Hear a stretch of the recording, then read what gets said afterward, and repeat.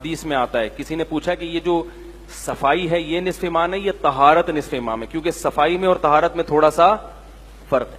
صفائی کا مطلب کسی چیز کو کلین کر دینا، نیٹ اور کلین۔ طہارت اس سے اوپر کی چیز ہے۔ انگریزوں میں نیٹ اور کلین کا لفظ تو ہے، طہارت کا لفظ نہیں ہے۔ یہی وجہ ہے کہ گوروں میں بہت سے نیٹ کلین تو ہوتے ہیں، طاہر طہارت والے نہیں۔ مثلاً آپ بہت صاف ستھرے کپڑے پہن کے پرفیوم لگا کے گھر سے باہر نکلے، مگر استنجا کرنے کے بعد آپ نے دھویا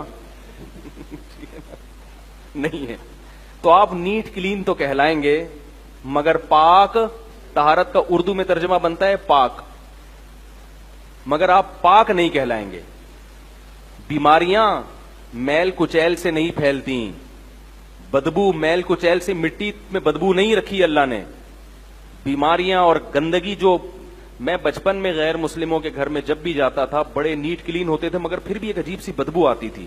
میں سب غیر مسلموں پر یہ الزام نہیں لگا رہا، لیکن میرا جو اپنا مشاہدہ ہے، بچپن میں ہمارے اس کلاس فیلو ہوتے تھے، کبھی ان کے گھر چلے گئے، کوئی کرسچن ہے کوئی ہندو ہے، عجیب سی بو آتی تھی گھر سے، حالانکہ سب کچھ صاف ستھرا ہے۔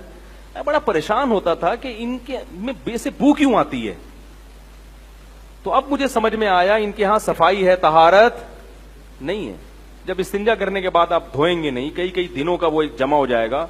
عورتیں حیض سے پاک ہونا اور اس میں طہارت کا خیال کرنا کہ کپڑے پر ناپاکی لگ گئی تو نماز نہیں ہوگی، پھر غسل کرنا، یہ جب چیزیں ہوں گی نہیں تو گندگی تو پھیلے گی نا۔ پھر تو اسی طرح کسی نے ہم بستری کی، اس کے بعد وہ اچھے سے صاف ستھرے کپڑے پہن کے پرفیوم لگا کے آفس چلا گیا، نیٹ کلین تو ہے، مگر شریعت کی نظر میں وہ پاک بولتے کیوں نہیں بھائی؟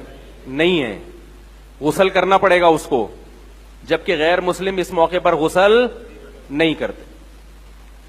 باقی میں زیادہ ڈیٹیل میں نہیں جاؤں گا ٹھیک ہے نا۔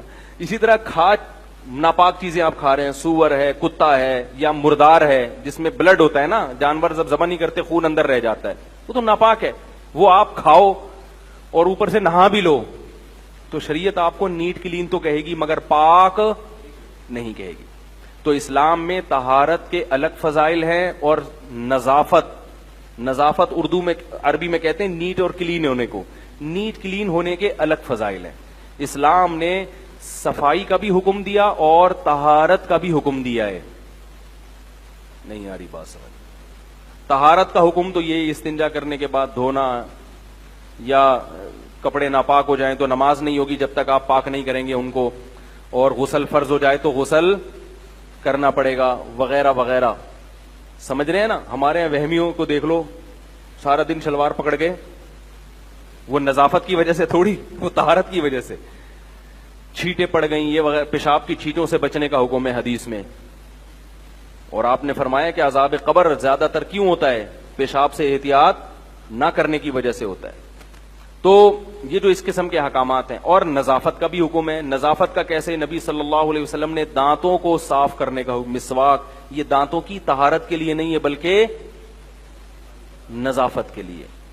البتہ بعض دفعہ حدیث میں طہارت بمانا نظافت بھی استعمال ہوا ہے، تو دانت اس سے کیا ہو جاتے ہیں؟ ناپاک تھوڑی تھے، کوئی گندگی تھوڑی لگی تھی۔ اسی طرح ہفتے میں ایک دفعہ غسل کا حکم دیا، چاہے جنابت نہ بھی ہو۔ وہ غسل کیوں ہے؟ نظافت کے لیے، کلین ہونے کے لیے، وہ طہارت کے لیے،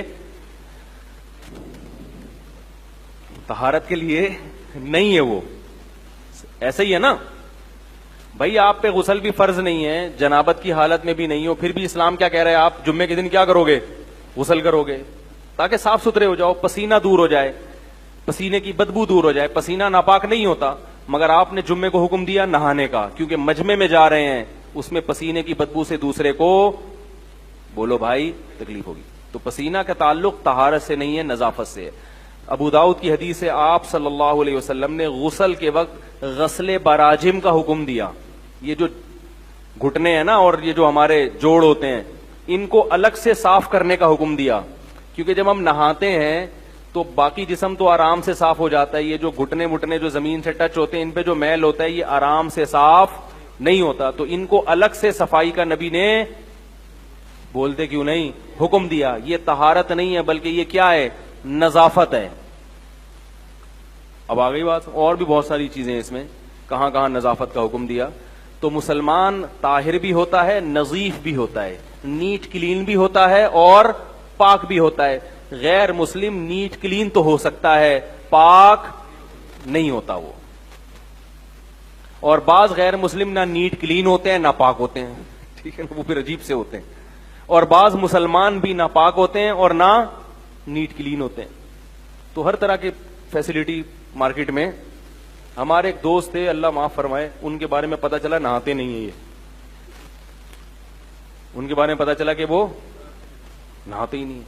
میں نے کہا یار ایسے بھی لوگ دنیا میں پائے جاتے ہیں, وہ مہینوں مہینوں میں ایک دفعہ جا کے نہاتے ہیں. ایک دفعہ یہاں اعتکاف میں بیٹھ گئے تھے 1 مہینے کے لیے, ایک صاحب 1 مہینے سے وہ نہائے نہیں. میں نے کہا اللہ کا واسطہ, اعتکاف سے گھر جاتے ہوئے لوگ گلے مل کے جاتے ہیں نا, میں نے کہا مجھ سے نہیں ملنا, بڑی مہربانی ہے, میری طرف سے دور سے آپ کو بلوٹوتھ کے ذریعے مبارکباد, وائی فائی کے مبارکباد دے دوں گا, بلوٹوتھ کے استعمال کروں گا, جدید ٹیکنالوجی. میں گلے ملنے کا تحمل نہیں رکھتا, سمجھ رہے ہو.